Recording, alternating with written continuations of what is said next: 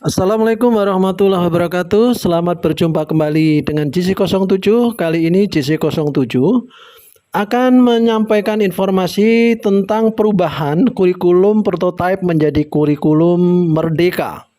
Seperti yang telah kita ketahui bahwa pada tanggal 11 Februari 2022 yang lalu, Menteri Pendidikan, Kebudayaan, Ristek, dan Teknologi menyatakan bahwa secara resmi kita akan menggunakan kurikulum merdeka, yaitu menggantikan kurikulum prototipe yang selama ini sudah dilaksanakan di beberapa sekolah penggerak. Lalu apa yang dimaksud dengan kurikulum merdeka? Tentu sahabat semuanya bertanya-tanya apa bedanya atau apa yang dimaksud dengan kurikulum merdeka. Kurikulum merdeka adalah kurikulum dengan pembelajaran intrakurikuler yang beragam, di mana konten akan lebih optimal agar peserta didik memiliki cukup waktu untuk mendalami konsep dan menguatkan kompetensi. Guru memiliki keleluasaan untuk memilih berbagai perangkat ajar, sehingga pembelajaran dapat disesuaikan dengan kebutuhan belajar dan minat peserta didik. Proyek untuk menguatkan pencapaian profil pelajar Pancasila dikembangkan berdasarkan tema tertentu yang ditetapkan oleh pemerintah. Proyek tersebut tidak diarahkan untuk mencapai target pencapaian pembelajaran tertentu, sehingga tidak terikat pada konten mata pelajaran. Lalu pertanyaannya, mengapa kita harus memerlukan kurikulum merdeka? Berbagai studi nasional maupun internasional menunjukkan bahwa Indonesia telah mengalami krisis pembelajaran atau learning crisis yang cukup lama. Studi tersebut menunjukkan bahwa banyak dari anak-anak Indonesia yang tidak mampu memahami bacaan sederhana atau menerapkan konsep matematika dasar. Temuan ini tentu juga memperlihatkan kesenjangan pendidikan yang curam di antara wilayah dan kelompok sosial di Indonesia. Keadaan ini kemudian semakin parah akibat merebaknya pandemi COVID-19. Untuk mengatasi krisis dan berbagai tantangan tersebut, maka kita memerlukan perubahan yang sistemik, salah satunya melalui kurikulum.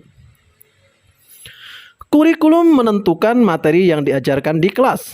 Kurikulum juga mempengaruhi kecepatan dan metode mengajar yang digunakan oleh guru untuk memenuhi kebutuhan peserta didiknya. Untuk itulah Kemendikbud Ristek mengembangkan kurikulum merdeka sebagai bagian penting untuk memenuhi kebutuhan peserta didik itu. Dalam mengembangkan kurikulum merdeka adalah sebagai bagian penting dalam upaya memulihkan pembelajaran dari krisis yang sudah lama kita alami.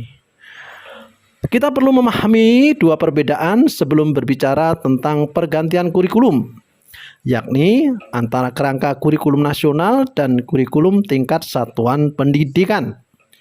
Kurikulum nasional merupakan kurikulum yang ditetapkan pemerintah sebagai acuan para guru untuk menyusun kurikulum di tingkat satuan pendidikan.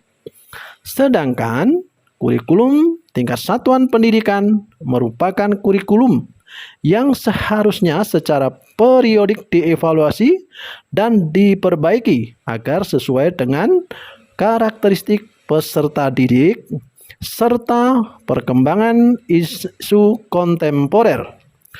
Kerangka kurikulum nasional harus memberikan ruang inovasi dan kemerdekaan sehingga dapat dan harus dikembangkan lebih lanjut oleh masing-masing sekolah.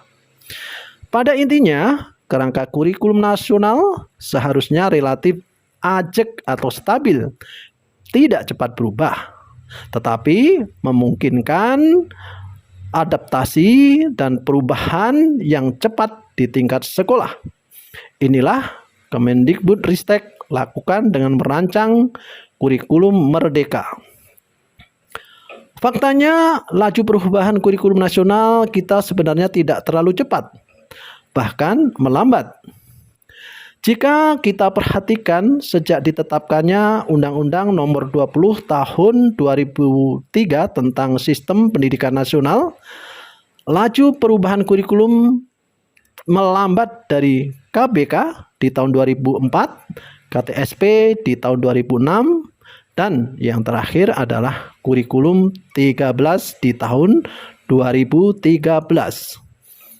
Kurikulum merdeka baru akan menjadi kurikulum nasional pada tahun 2024. Dengan kata lain, pergantian berikutnya baru akan terjadi setelah kurikulum sebelumnya diterapkan selama 11 tahun dan melewati setidaknya 4 menteri pendidikan. Maka fakta ini mematahkan pemio ganti menteri, ganti kurikulum. Demikian sahabat informasi singkat tentang kurikulum merdeka. Tentu untuk memahami lebih dalam tidak bisa kita sajikan di sini. Oleh karena itu sahabat, ikuti informasi-informasi berikutnya yang akan kami sampaikan pada video-video selanjutnya. Terima kasih telah menonton.